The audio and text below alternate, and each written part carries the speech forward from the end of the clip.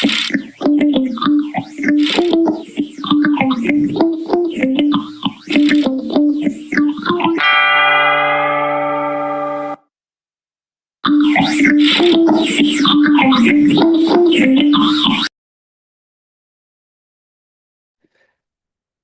buenas tardes, compañeras y compañeros militantes de Morena y de otras fuerzas de la izquierda en América Latina. Les agradecemos el día de hoy haberse conectado para esta sesión especial. Como ya habrán visto, quienes se conectaron a través del link que compartimos en en los diferentes grupos y redes del Instituto Nacional de Formación Política de Morena, el día de hoy vamos a tener la charla Chile, miradas al nuevo mapa político electoral. ¿Qué retos vienen para las fuerzas de la izquierda? Para quienes hayan seguido un poco el panorama electoral en América Latina, ya lo sabrán. El próximo 17 de noviembre va a haber elecciones en Chile para elegir al nuevo presidenta de este país hermano, donde además ha vivido en los últimos años pues un proyecto de corte progresista, muy cercano también a lo que ha representado en México el proyecto de la Cuarta Transformación. Y para poder conocer un poquito mejor los detalles sobre el panorama electoral en Chile, y saber también un poquito el estado de la correlación de fuerzas dentro de la izquierda, los diferentes procesos organizativos que han supuesto la llegada a este momento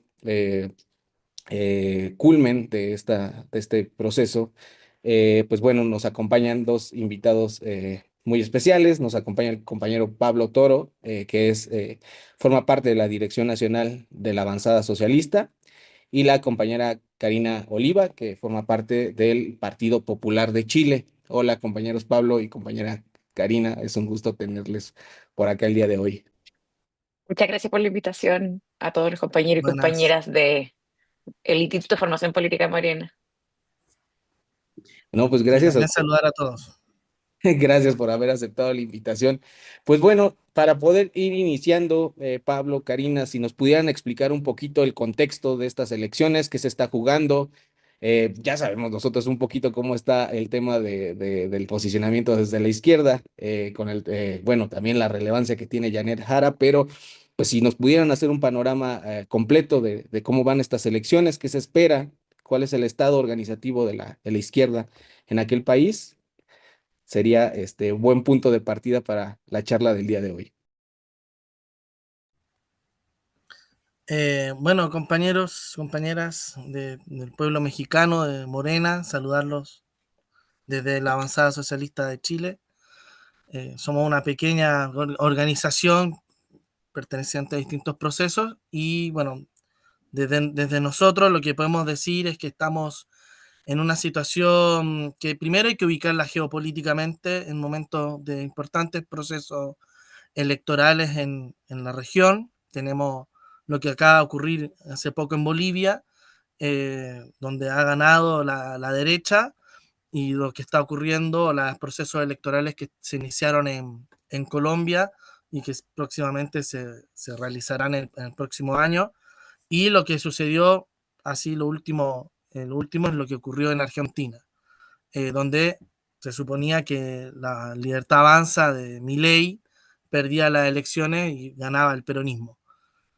Sin embargo, eso no sucedió. Creo que hay que ubicarlo, además, en la situación latinoamericana de una agresión del imperialismo norteamericano al continente, a nuestra región, en especial a lo que es Venezuela, y por qué hay que ubicarlo en esta situación geopolítica.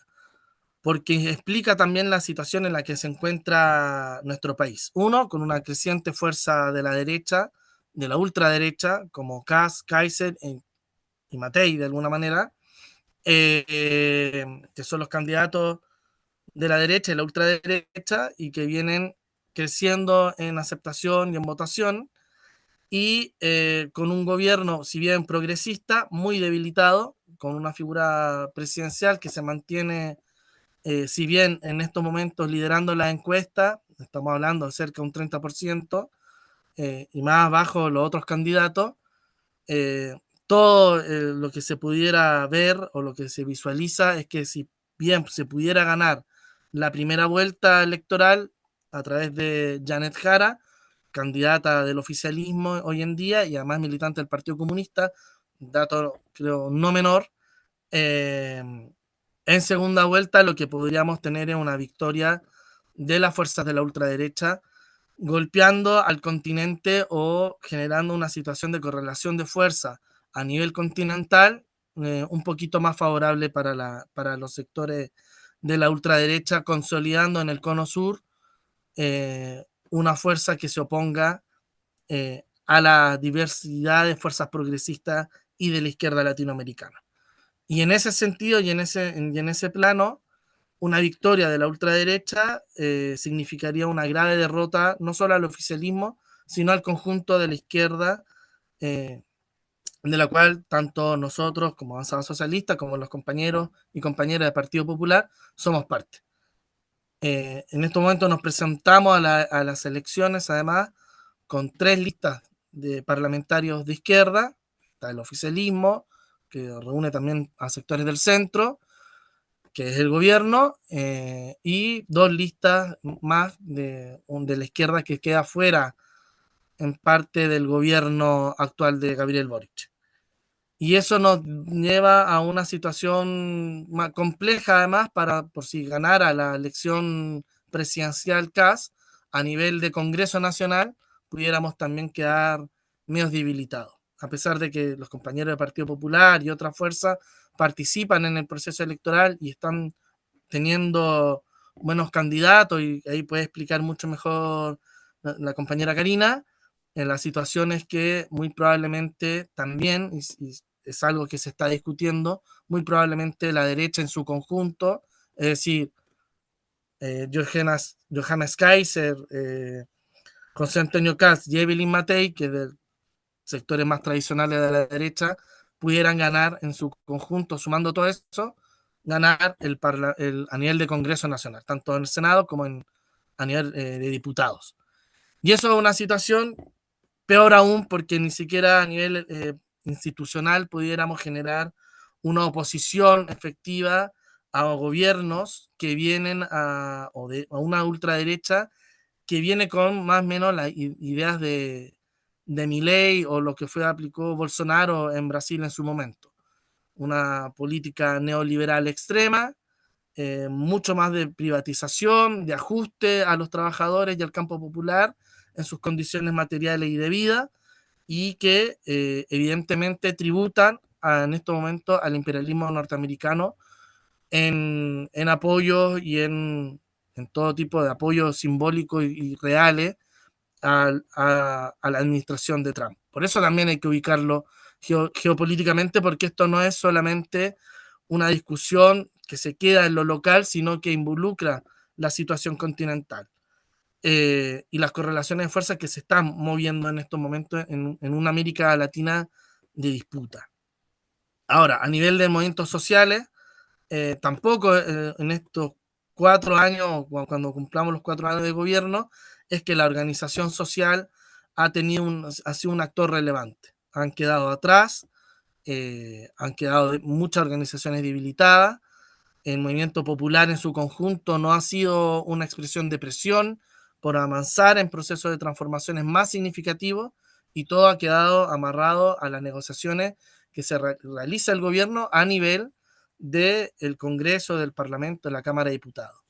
Y eso también es una situación problemática, porque si gana la ultraderecha, muy probablemente lo que ocurre en Argentina pueda también ir pasando acá. No lo digo, no va a ocurrir exactamente igual, no, pero sí es un espejo o una donde podemos mirar de lo que está ocurriendo, qué es lo que nos pudiera pasar. Una división del campo popular, el peronismo, hay un sector del peronismo que negocia con el gobierno de Milei, debilitando a los sectores sociales y políticos de la izquierda o del peronismo en general, y un campo popular que no logra movilizarse de manera significativa para frenar las políticas de ajuste y los paquetazos neoliberales que profundizando el neoliberalismo por parte de Milei. Y eso es una situación grave. Es una situación que nos deja en una correlación de fuerza, además continental, muy de mucha precariedad. Es una situación difícil, esperamos que Janet Jara gane y que podamos tener una elección parlamentaria positiva y que sectores que hoy día están fuera del oficialismo, que representa una izquierda que sí quiere transformación y quiere ir más allá, donde están los compañeros de Partido Popular y otros, pudieran ir ganar también unos espacios en el Parlamento. Es difícil, complejo, pero estamos dando esa batalla de distintos lugares. Eso es lo que les podría plantear yo en general. Muchas gracias, Pablo. Y yo creo que, bueno, a mí me despierta lo que nos comentas, quizás algunas dudas, sobre todo en torno a lo que nosotros fue quizás en la política reciente uno de los ejemplos más fuertes de la movilización desde las izquierdas, ¿no? Que fue todo el estallido social de Chile, ¿no? O sea, ¿cómo, no sé, o sea, la duda que genera un poco lo que Mm, comentas, cómo se transitó desde este escenario de efervescencia social, donde incluso se jugó la posibilidad de un viraje total para la transformación de una constitución que fue promulgada durante la dictadura de Pinochet a este momento donde pues justo la izquierda parece que se juega todo en esta elección, ¿no? Entre una continuidad y una profundización del proyecto progresista a un escenario en el cual si no se logra esta victoria en la primera la primera vuelta, lo que tendríamos sería casi un escenario catastrófico, ¿no? O sea, sí. es algo bastante complejo lo que nos comentan. Bueno, Karina, no sé si quisieras profundizarnos un poco también cómo se está organizando la izquierda. Ya nos mencionó por ahí algo Pablo, ¿no? De cómo se están sumando otras fuerzas, no Mm. necesariamente ya partícipes del oficialismo. ¿Cómo se están preparando para esta gran elección?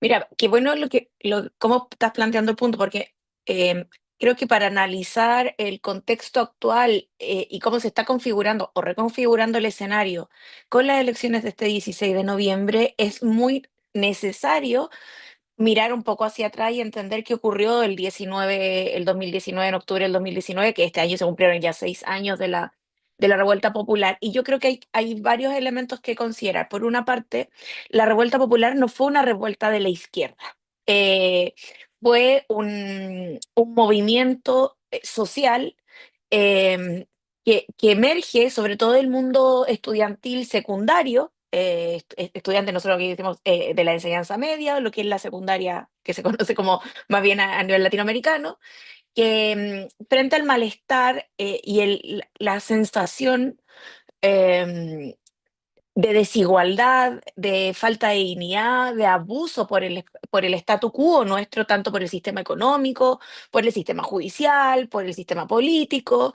Viene acumulando malestar de frustración también frente al modelo que nos dijeron que era el más exitoso de América Latina, con nuestro PBI. Chile tiene el PBI, uno de los PBI más importantes después del de Uruguay. Uruguay y Chile claramente están compitiendo quién tiene el mejor PBI, o sea, y no PBI, perdón, el ingreso per cápita a nivel latinoamericano, y Chile es uno de los que tiene los mejores rendimientos macroeconómicos, su tasa de inversión, o sea, es una economía entre comillas estable, un país estable institucionalmente. No nos pasa eso de frente a crisis, y fíjense, frente a una crisis de tal magnitud como la que vivió nuestro país el 2019, no hubo un quiebre institucional como lo puede ver en Perú, como incluso no lo hemos visto en Argentina en el 2001. Los quiebres institucionales en Chile son, el último quiebre que tuvimos institucional fue el de la dictadura cívico-militar de Pinochet del año 73, que duró una dictadura militar de 17 años. Entonces, y desde ahí en adelante, nuestro país ha sido una de las democracias institucionales, perdón, representativas más estables de la región. Entonces, se viene acumulando en una olla de presión, explota, este movimiento social se levanta, y es la izquierda que lo que hace, un poco perpleja también, sin entender lo que pasa, empieza a querer dar respuestas institucionales a un movimiento social que buscaba un cambio de estructura. Y yo creo que ahí todo lo que viene después de eso es importante como puntualizarlo. Entre el 2019 y el 2020, el movimiento social se toma la agenda social, política y económica. Es más, en Chile hasta hace muy pocos años, hasta un año, 2 años atrás, se percibía como algo de baja moral todo lo que tenía que ver con el lucro en elementos sociales. O sea, estaba siendo cuestionado. Era cuestionado incluso los paneles de televisión más banales si los paneles no tenían una cuota paritaria. O sea, hubo un cambio entre el 2019 hasta hace un año y medio, un cambio de la estructura cultural muy fuerte. Es decir, el movimiento del 2019 no solo fue un golpe estructural a la institucionalidad, sino que era también una posición bastante contrahegemónica de lo que venía siendo históricamente nuestro país. Entonces, ¿qué ocurre? Logra avanzar, se logra el primer proceso constituyente, y lo que yo creo que ocurre es que la derecha, de manera muy astuta, lo que hace es algo que en política se requiere mucho, que es la necesidad de ganar tiempo. Y ese ganar tiempo era sostener todo el periodo de, sostener a Sebastián Piñera, presidente que después falleció después de su término de mandato, sostener lo que era y que pudiese terminar el gobierno para volver a reestructurarse. Y eso lo logran muy bien, incluso con baja participación en el primer proceso constituyente, ocupan sus otros elementos políticos del poder fáctico, que son los medios de comunicación básicamente, y lo que empiezan es atacar toda la avanzada social, cultural que se estaba llevando a cabo. ¿Cómo se hace? Con la caricaturización, con los fake news, con la información falsa, y con una efervescencia de que todo lo que se comunicaba era cierto. O sea, como la gente ya no creía en lo institucional, creía en todo lo que era paralelo. Y en esa fase paralela tenemos TikTok, tenemos los WhatsApp, tenemos todos los canales informativos menos controlables para decir si eran informaciones fidedignas o no fidedignas. Y eso que termina pasando, termina con un proceso constituyente fallido, donde la gente al final lo termina o sea, votando en contra. ¿Por qué? Porque se les dijo que iban a perder la propiedad, porque iban a tener que entregarla al Estado.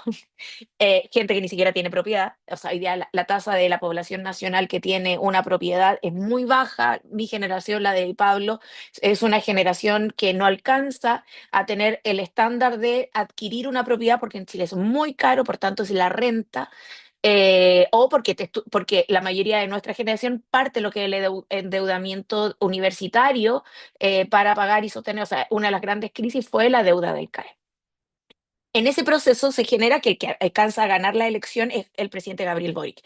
Y yo creo que eso es importante señalarlo como un punto de inflexión, porque el triunfo del presidente Gabriel Boric no es un triunfo del presidente Gabriel Boric, es un triunfo porque el presidente Gabriel Boric pierde en primera vuelta. Eso nunca lo tenemos que olvidar. Yo creo que es uno de los errores históricos del primer periodo, de lo que ha sido la gestión del gobierno, haber creído que se ganó por sí mismo. Y el presidente pierde en la primera vuelta. Lo que gana es el voto anti José Antonio Cast. Ese es el que movilizó. No ganaron las propuestas del progresismo, de lo que era Prueba de Dignidad, lo que era el Frente Amplio, el Partido Comunista. No gana eso.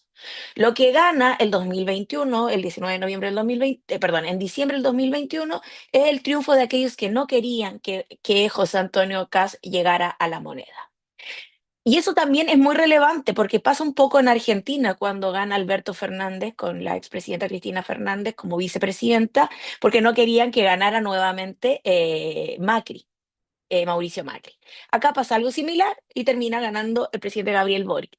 Inicia con una gestión con expectativas de lo que había sido el apoyo a Prodignidad, que era la coalición que apoyaba al presidente Gabriel Boric, de lo que tenía que ser por haber eh, empujado e incluso defendido como correspondía ser em, los procesos que estaba demandando la ciudad. Y ahí yo creo que empieza una tensión en la izquierda de manera significativa, de la cual por lo cual también el Partido Popular no es parte del gobierno, incluso en varios elementos es oposición al gobierno. Y tiene que ver con que hay un abandono de la agenda social, política y económica que el movimiento social de 2019 viene gestionando. Y ahí yo tengo 4 o 5 elementos que me parecen relevantes. Primero, es muy triste, y esto, ser oposición a un gobierno que se supone progresista, no es cómodo, no es agradable, y también es muy frustrante. Tener 4 años la militarización en la zona de la Araucanía, en la zona indígena, no lo había hecho ni Sebastián Piñera. Eso es un problema de disputa política.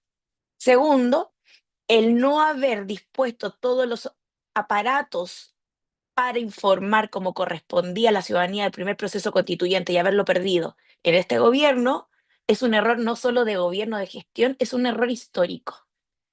Era la oportunidad, las constituciones en Chile están todas hechas en procesos militares, en procesos autoritarios. La constitución del 28, de 1828, y todas las constituciones que uno viene estudiando, incluso hasta la de 1925, se da en un momento de agitación y tensión del sistema político chileno de gran magnitud, y la del 80, que es la constitución de Pinochet, y que siempre ha sido escrita por una élite de la vanguardia más conservadora de nuestro país. Chile no tiene ningún proceso constituyente como lo ha tenido Bolivia, como lo ha tenido Venezuela, como lo ha tenido Argentina. O sea, ninguna de esas características nosotros lo hemos tenido. Generalmente lo han escrito 4 o 5 personas. La última constitución la escribió prácticamente una, que fue Jaime Guzmán, y aprobada por, el proceso, por la Junta Militar. Entonces, perder esta oportunidad no era un error táctico de una coyuntura política, esto no era un problema de coyuntura, esto es un problema de histórico. Ese es el segundo punto. El tercero, el no sostener banderas de la agenda social, por ejemplo, el fin de la AFP, no sostenerla y no llevar una reforma, que como la que se logró llevar en el gobierno, en abrazar las AFP, mejorando $50 mensuales las pensiones, eso es cierto, pero el sistema de capitalización individual no se mantiene igual e incluso fortalecido. Entonces, la agenda del gobierno y en temas de seguridad interna, me refiero como seguridad policial, es una agenda bastante conservadora. Entonces, uno de los temas más complejos que se ha vivido para la ciudadanía, esto es tener una agenda permanentemente muy conservadora, muy clásica del neoliberalismo, abrazando incluso todas las doctrinas neoliberales,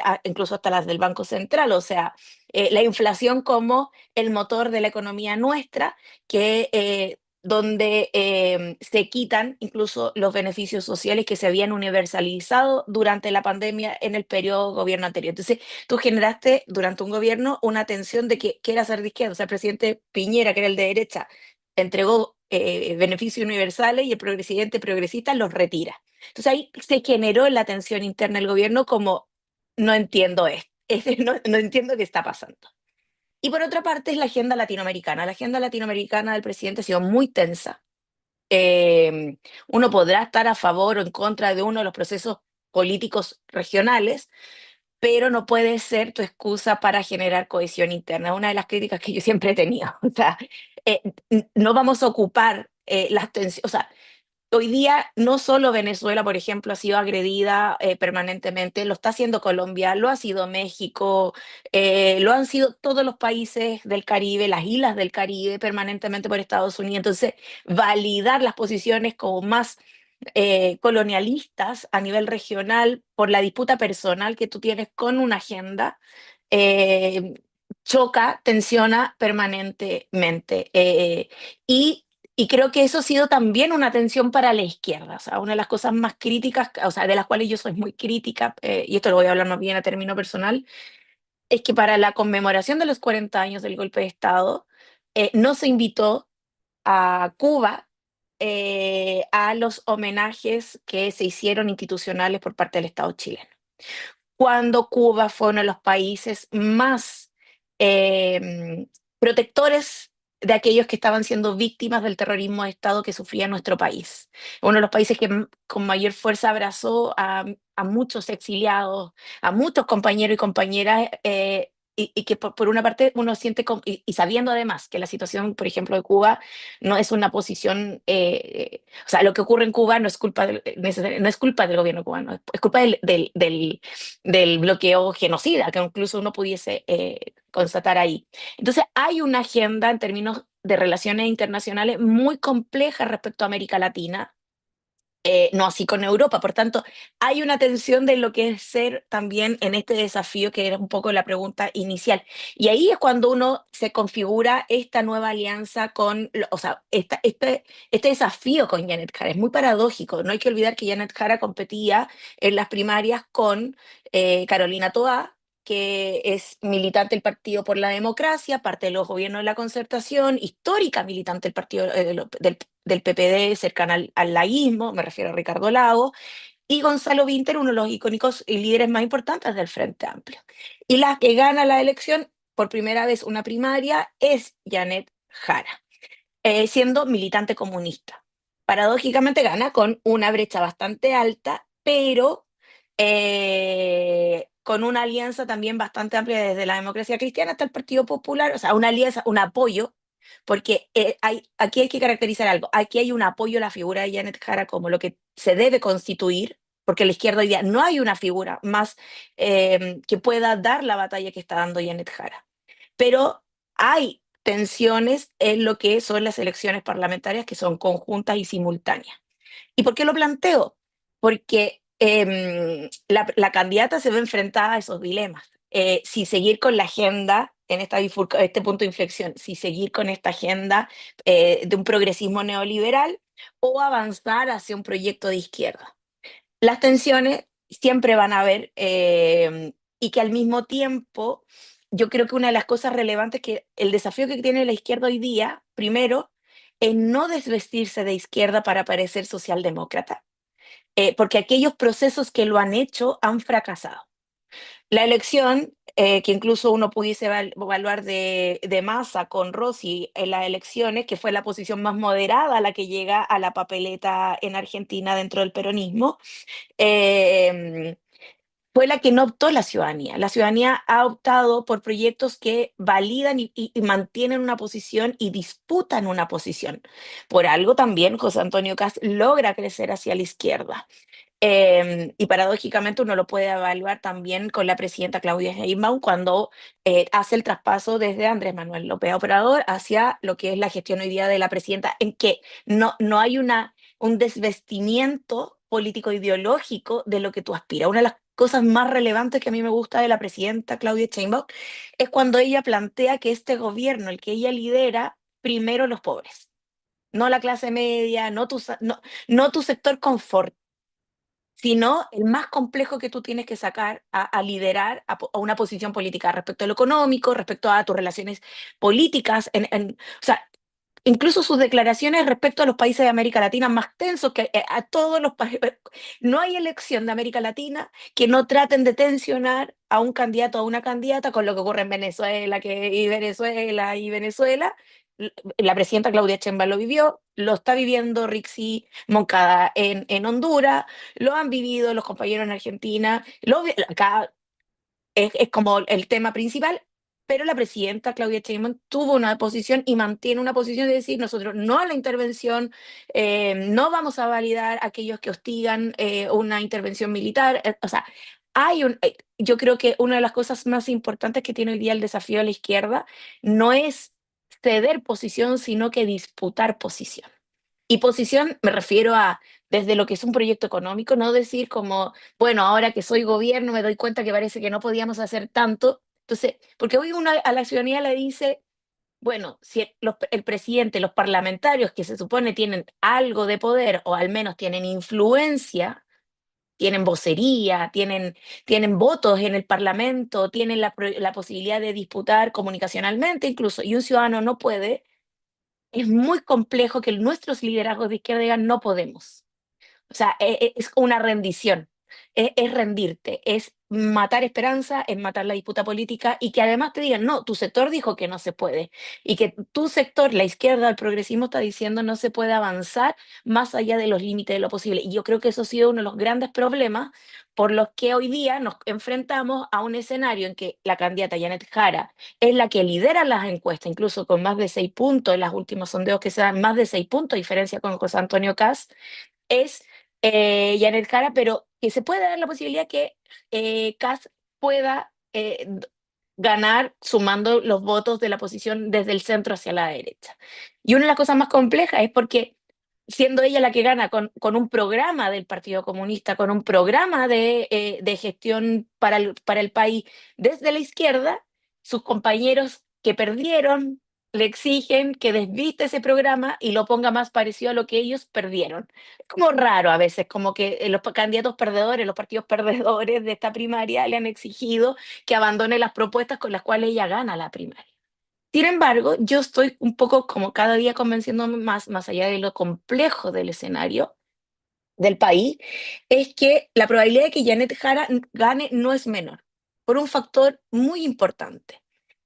En la retina nuestra como país, el ser pinochetista, el estar ligado a las líneas más complejas como del bolsonarismo o incluso con la ultraderecha europea, incluso con los sectores, no la ultraderecha vociferante, sino aquella que ha hecho gestión antimujeres, antipueblo originario, toda esta lógica tiene un techo. Y creo que Janet Jara va a lograr superar eso que José Antonio Caz pudiese llegar a tener. Porque igual yo ahí creo que el pueblo chileno tiene bastante memoria, a veces pareciera que no la tiene, pero sí la tiene. Eso pasó ya el 2022. Y por otra parte, creo que también es relevante considerar que si bien en el caso argentino Javier Milei tenía mucho que ir a desmantelar, en el caso de José Antonio Kast es muy poco lo que tiene que desmantelar porque el Estado chileno quedó desmantelado desde el año 75 hasta los 90 y se siguió desmantelando durante todo el periodo neoliberal de los 90 de la Concertación. Entonces, lo que acá si llegase a ganar José Antonio Kast, lo que va a avanzar es todo el espacio más conservador, tanto de los derechos sexuales y reproductivos, sobre nuestra economía, se va a volver mucho más conservadora de lo que es actualmente, me refiero cada vez más neoliberal, pero al mismo tiempo más represiva, los derechos y las libertades. Es en ese escenario que se está jugando porque no hay país con todos los progresismos que ha tenido Chile y con toda su estabilidad progresista más neoliberal en nuestra región que Chile. O sea, si llegamos a ser más neoliberales, quiere decir que incluso nuestra pobreza se va a aumentar y eso va a tensionar y eso sí pudiese llegar a generar mayores movilizaciones.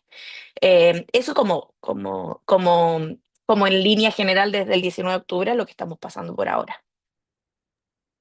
Gracias, Karina. Y bueno, también preguntarles, aprovechando que estás haciendo este vínculo con lo que acaba de pasar en las elecciones de Estados Unidos, es que pues hemos visto en diferentes programas de análisis que una forma de explicar también lo que pasó del otro lado de esta cordillera es que Donald Trump votó.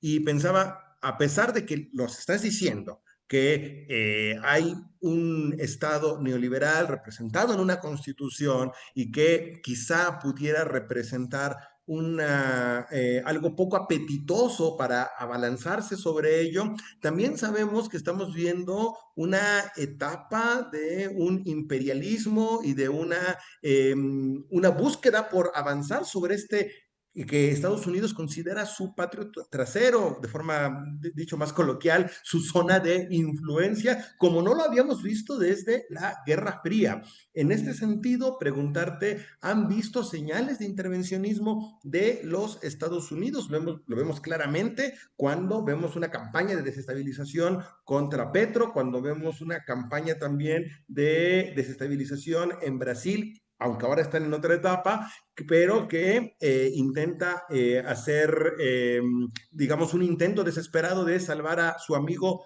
Bolsonaro, y pareciera difícil creer que no se van a meter en las elecciones de Chile, sobre todo cuando nos encontramos en un marco de confrontación en donde ellos se ven en una especie de batalla con China por marcar su zona de influencia. Esa sería una primera pregunta para ambos, y la otra pregunta es algo también que hemos visto de procesos electorales recientes y particularmente de lo que acaba de pasar en Argentina, es que pareciera que la gente está también votando por algo que a veces no aparece mucho en los análisis, que es no solamente concentración del poder, el status quo de cierta determinada clase social, sino que inclusive vemos a sectores que quizá pareciera que no tienen mucho que defender en el actual sistema Sí. social, están votando por estabilidad.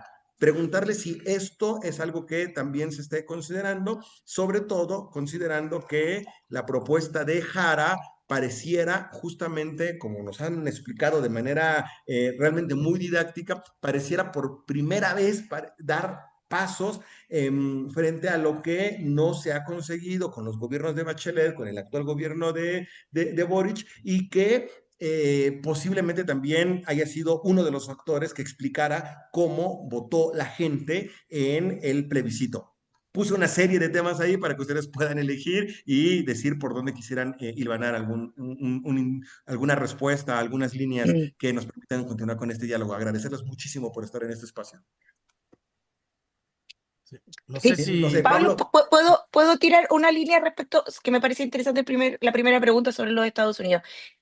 ¿Mm? Mira, a mí creo que una de las cosas que es relevante también entender, porque Chile, evidentemente, siendo una economía tan abierta, tenemos una cantidad de tratados de libre comercio con el mundo y yo creo que hasta por fuera de lo que es el planeta Tierra. O sea, es impresionante en ese sentido. Pero en Chile, yo creo que, o sea, evidentemente Estados Unidos siempre va a querer intervenir. Es más, hace unos meses atrás, a finales del año pasado, la ex embajadora de Estados Unidos en Chile planteaba que los chinos querían controlar la política nacional. Cosa que él decía, están atentando contra la democracia chilena, cuando las embajadas norteamericanas lo que siempre hacen es intervenir todos los países de la región y del mundo. Sin embargo, creo que por primera vez, o se da una cosa muy compleja, yo creo que para Estados Unidos en Chile, que el control del comercio o el primer socio comercial económico nacional de Chile es China. Controla llega a estar entre el 39 y el 46%, dependiendo de las condiciones de la extracción, sobre todo del cobre y de la celulosa.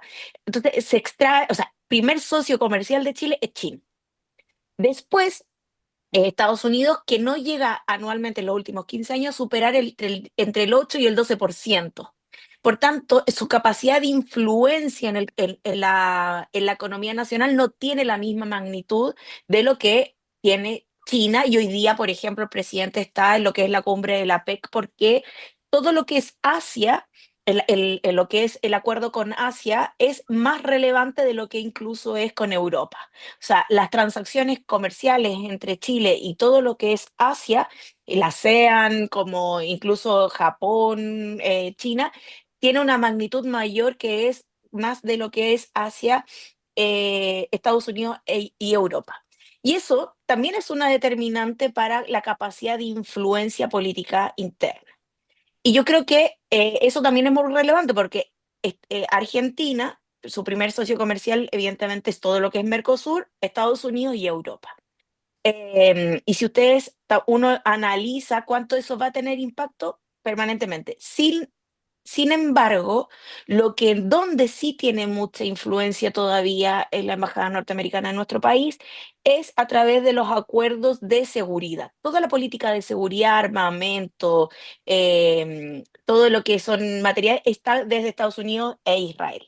Ahí hay una tensión de manera permanente de lo que es la tensión que genera Chile. Y al mismo tiempo, en la agenda que tenga que ver con todo lo comercial hacia el control y el desestabilizar la región, más que contra China. O sea, ¿cuánto impone la agenda norteamericana respecto a lo que se tenga que pronunciar el presidente o la presidenta respecto a lo que ocurre en Argentina, lo que ocurre en Brasil, lo que ocurre en Venezuela? O sea, Chile dijo que va a ir a la cumbre de BRICS, que va a ser a finales de este año en Brasil, y Donald Trump lo que hace inmediatamente amenazar con un alza de los aranceles.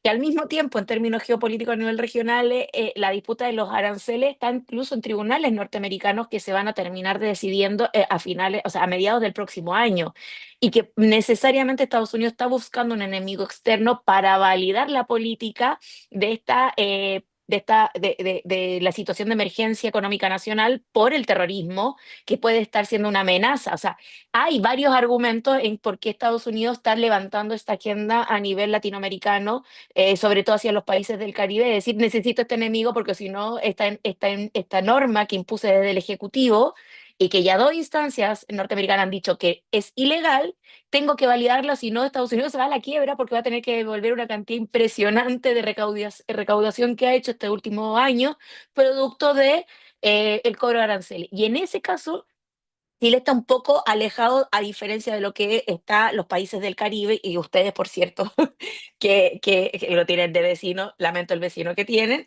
pero lo que ocurre entre Norteamérica, México y todo lo que es el Caribe, hasta sobre todo Ecuador, donde sí se pudo involucrar más, incluso la economía ecuatoriana hasta la fecha está dolarizada. Y hay otro fenómeno relevante, o sea, las relaciones Chile-México han crecido producto de la Alianza del Pacífico que tiene Chile, Perú, Colombia, para Asia, todo lo que es Asia. ¿Cuánto la Alianza del Pacífico ha colaborado? Y en esa agenda, yo creo que Estados Unidos lo que ve en Chile es un adversario por la alianza que tiene Chile estratégica con China, que incluso el presidente Sebastián Piñera ni siquiera pudo romper, e incluso la fortaleció aún más. Y respecto a lo que tú planteabas, yo creo que el segundo punto me parece relevante. Yo creo que una de las cosas que hoy día a nivel mundial se está generando el malestar es contra las élites.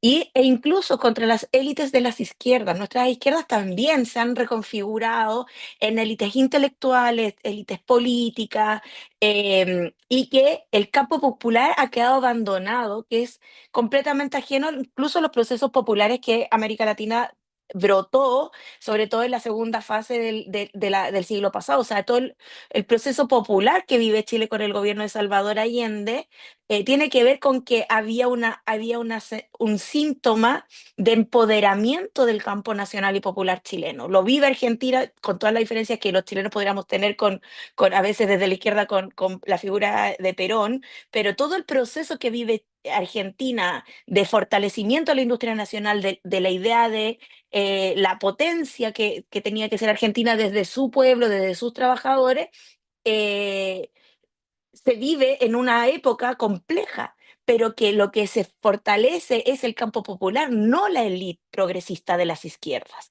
Y uno de los grandes problemas que hemos tenido en el siglo XXI es que todos los procesos progresistas a nivel latinoamericano están controlados por una élite progresista, no por el campo nacional popular.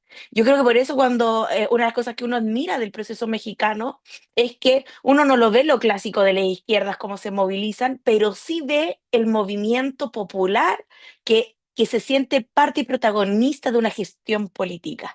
Y que cuando se siente parte y protagonista es capaz de mover estructura. O sea, sí la fortaleza que logra el presidente Andrés Manuel López Obrador, que le logra traspasar una fortaleza a la presidenta Claudia Sheinbaum, no se puede cambiar el sistema judicial. O sea, sí, puedes tener los votos, pero no tienen la capacidad de sostener ese cambio de la magnitud estructural, de llevar incluso una elección en cuántos meses desde que se aprueba, 7, 8 meses, en un país que no es de 20 millones de habitantes como es el nuestro. Yo me imagino las complejidades que habían. Entonces eso solo lo puedes lograr con un fortalecimiento del campo nacional y popular, no con una élite de vanguardia. Y lo que nosotros hoy día, yo creo que el mayor desafío que tiene ganando Janet Jara las elecciones, que espero que así sea, es que se movilice, o si no vamos a estar destinados a estar siempre negociando con el mal menor para sostener una elección y no disputando políticamente la gestión política que queremos llevar a cabo. Eso. Gracias, Karina. Y que además, esto que mencionas, antes de que pueda profundizar también el compañero Pablo, creo que nos pone en una encrucijada importante que al menos la izquierda en el siglo XXI comienza a visualizar, ¿no? Y es quizás también los propios límites de la construcción de plataformas hegemónicas en función solo, ¿no? De la construcción de una narrativa que para ponerlo en un ejemplo espacial, desde arriba, consolida las demandas que nacen a la base, ¿no? Ciertamente, acá en la cuarta transformación, pues ahora un poco la intención es transitar, ¿no? Hacia construir una soberanía a través de procesos organizativos, de una organización de base, ya no tan afincada únicamente como en esta construcción verticalista de hegemonías, sino también en la democratización. A veces me gusta decirlo en esta suerte de tránsito hacia un Estado y unas instituciones más plásticas, ¿no? Que se dejen interpelar por el pueblo y eso tiene que ver, ¿no? Con reconocer que quizás el gran obstáculo hoy día, pues es el campo bastante limitado de la democracia liberal, ¿no? Ahí creo que también se juega el anhelo libertario, pero construyendo algo que es una respuesta ficcional, ¿no? La izquierda un poco tiene un diagnóstico completo, el diagnóstico correcto frente a esta situación, pero extrañamente, y esto es lo que hemos visto en Argentina, parece ser que es muy difícil transmitir esto, ¿no? A algunos sectores. O sea que la respuesta no es justamente delegar a nuevas figuras la definición del destino compartido, sino que el pueblo, los diferentes sectores populares, pues se conviertan en el centro del proceso de transformación, ¿no? Algo que todo el tiempo Andrés Manuel repetía una y otra vez, advirtiendo a la militancia de Morena que su tiempo en el poder se iba a agotar y que, pues bueno, quien debería continuar con el proceso, pues era justamente el pueblo, ¿no? Sobre esto, me gustaría preguntarte, Pablo, si justo cómo se ha estado construyendo la narrativa política, la respuesta política también de Janet Jara frente a las propias falencias de lo que fue el gobierno progresista, un poco sujeto, como ustedes lo mencionan, quizás a las negociaciones, ¿no? Y olvidando un poco, pues, la escucha del sector popular. Sí, bueno, en realidad respecto a eso, creo que hay una narrativa que ha sido todo lo contrario a lo que uno esperaría como una fuerza política de izquierda y sobre todo desde el Partido Comunista en particular.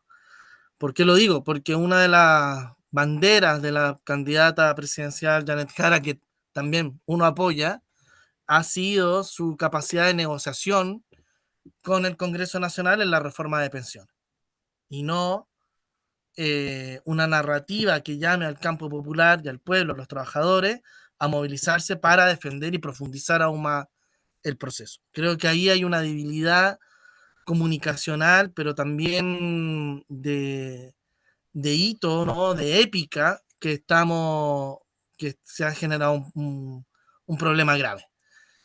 Un poco lo decía Karina con esto de los sectores más de centro, intentando establecer un programa más socialdemócrata y menos de transformaciones, ha jugado muy en contra. Y durante todo este tiempo, el gobierno del presidente no ha fortalecido las organizaciones sociales y populares, ni han estas fuerzas emergido como importante modo de presión y de tirar, de correr el cerco de lo que se está estableciendo, y por eso el gobierno optó, después de sobre todo la derrota del plebiscito, eh, encerrarse en la discusión parlamentaria, que es lo que no ocurría con Allende, con un campo popular que llamaba al poder popular, con un campo popular de los trabajadores, los pobres del campo y la ciudad y del mundo campesino, peleando y realizando tomas de fábrica, presionando y profundizando la reforma agraria, entre otras cosas. Y lo que ha hecho Morena, lo que ha hecho Petro en Colombia, y lo que hizo durante mucho tiempo el MAS en Bolivia, y lo que hoy día sigue haciendo el gobierno venezolano con una defensa de un pueblo movilizado en su totalidad. Eh, Lamentablemente, y eso es también los riesgos que se corre, eh, de esta situación de que muy probablemente en segunda vuelta, si uno suma las votaciones o suma los porcentajes hoy día que dan las encuestas, en segunda vuelta gana la derecha, y no solamente una derecha moderada, que viene el pinochetismo igual, como puede ser la candidata de Evelyn Matei, sino que principalmente una ultraderecha que, si bien no necesariamente está con los billetes que puso o las promesas de mantención económica que prometió Trump a Milei en las elecciones de ahora, sí tiene relación, en una relación directa. Hay que recordar que José Antonio Kast, por ejemplo, participaba muchas veces en la conferencia de las fuerzas conservadoras en Estados Unidos y en otros lados, la CEPAC, y evidentemente hoy día Trump no puede apoyarte inmediatamente si no has ganado. La diferencia de mi ley es que se mantiene, ganó, y es una oferta y un tipo que efectivamente ha demostrado ser un lamebotas, porque ha ido arrastrándose a pedir apoyo, ha ido arrastrándose a jurar, a apoyar la política de Estados Unidos con Israel sobre los temas Palestina, entre otras cuestiones. Evidentemente, el imperialismo norteamericano no es que aparezca en Chile, en otras latitudes de América Latina, así lo hace mucho más directo, con intervenciones mucho más claras y presiones, juega con esto de los aranceles, pero hay una disputa mundial que tiene que ver con esta decadencia del imperialismo norteamericano, cómo logra mantenerse y sobrevivir, y hasta el momento lo único que tiene entre juego económico, principalmente el tema armamento, en que cada día más se ve enfrentado a una China que demostró hace poco su poderío militar efectivo. Entonces, bueno, ahí hay una situación eh, general en donde en el país lo que vemos es una situación bien de bastante precariedad. Yo ahí el descontento, la razón, la negativa de la razón a veces creo que juega con este conflicto entre la voluntad, el optimismo de la voluntad, pero yo espero, y para eso estamos trabajando y militando con los compañeros acá, Karina y otras fuerzas políticas que hoy día no están aquí, pero que están en la calle, que están haciendo no solamente campañas, sino también participando en el campo popular, intentando construir y levantar organización social y política, ganar en segunda vuelta con Janet Jara, porque si no, lo que vamos a enfrentar es una situación, tal vez no de medidas económicas, como decía Karina, neoliberales, o sea, el shock que se aplicó en dictadura militar, lo único que se ha hecho es profundizarlo, pero sí de una situación represiva y sí una política pro-Trump muy, muy clara que va en efectivamente no solamente en contra de los intereses de los chilenos como pueblo y pueblo soberano, sino en contra de la política eh, a nivel latinoamericano. O sea, me preocupa México, me preocupa Cuba, la política que ha adoptado Milei, por ejemplo, contra Venezuela, etcétera, son políticas que acá podrían replicarse y que tensionarían aún más y generarían una situación grave en distintos países de América Latina y obviamente al campo popular de nuestro país. Muchas gracias, Pablo. Y pues bueno, creo que nos dan un panorama muy, muy rico para poder entender qué es lo que se está jugando en las próximas elecciones en Chile. Y creo que son muchos los factores, algunos los mencionamos recurrentemente acá en Morena. El tema de la soberanía no solo compete justo a la defensa frente al siempre peligroso asedio del imperialismo, también implica esto, ¿no? La movilización y la construcción de una soberanía popular desde el territorio, organizándose y siempre impulsando esta vía que quizás es un poco más compleja de construir, que es, pues bueno, la consolidación de un interés por participar políticamente en la definición de este destino conjunto como actores centrales de la política. eh, bueno, lo que debería ser una política pues radicalmente democrática, ¿no? Ya nos estamos acercando al final de esta sesión. No sé si quisieran cerrar con algún último comentario, si creen que haría falta tener alguna pieza más para poder completar este rompecabezas de las próximas elecciones en Chile. Karina, Sí, Pablo. yo ahí solo apuntaría que el escenario que se está configurando a nivel de la región hacia el sur, o sea, los riesgos, o sea, ya lo que ocurrió en Bolivia con la disputa interna de la que uno siempre se tiene que cuidar, de lo que ocurre que al final el oficialismo, el MAS, no logra sostenerse con un quiebre muy complejo interno político. La situación permanente de Perú, que también se normaliza a niveles latinoamericanos, o sea, como, ya Perú está en este problema, pero parece que es normal que esté este problema. Y por otra parte, uno ve cada vez un asedio de consolidación del conservadurismo, en donde creo que el desafío que tiene, porque, o sea, el gobierno de Chile tiene que consolidar, sostenerse, que la expectativa yo creo que dadas las configuraciones actuales del país, es muy complejo que sea un escenario que si Janet Jara gane, se vuelva un proceso de radicalmente democrático, radicalmente transformador. Sin embargo, pero no vamos a entrar en un ciclo extremadamente conservador como sí puede ocurrir con José Antonio Kast.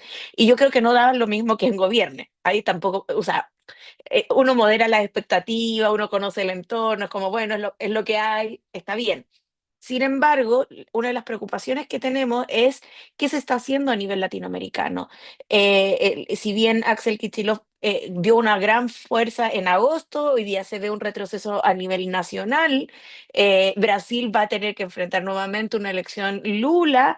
em, pero que todavía incluso tiene que seguir empujando. Lo que ocurrió esta semana en Brasil es muy complejo, incluso para el gobierno del presidente Ignacio Lula da Silva. Lo mismo ocurre con Petro. Petro para nosotros hoy día es una de las figuras que ha sido más directas para enfrentar a Estados Unidos no solo en su locución y en su defensa del territorio. O sea, a mí me preocupa que terminemos solo a nivel del progresismo y la izquierda en América Latina con Claudia Sheinbaum y que queden y Xiomara Castro o Rick Simón Cado. O sea, y para el sur, toda una banda de conservadora. Esa es una preocupación que lo importante de que los procesos políticos no se pueden mirar de fronteras aisladas. Para que la presidenta Claudia Sheinbaum pueda avanzar y la presidenta llegando, que yo también creo que va a ganar Rick Simón-Cada en Honduras, para que puedan hacer una buena gestión, requieren de gobiernos progresistas también en el sur y a nivel latinoamericano. Y así,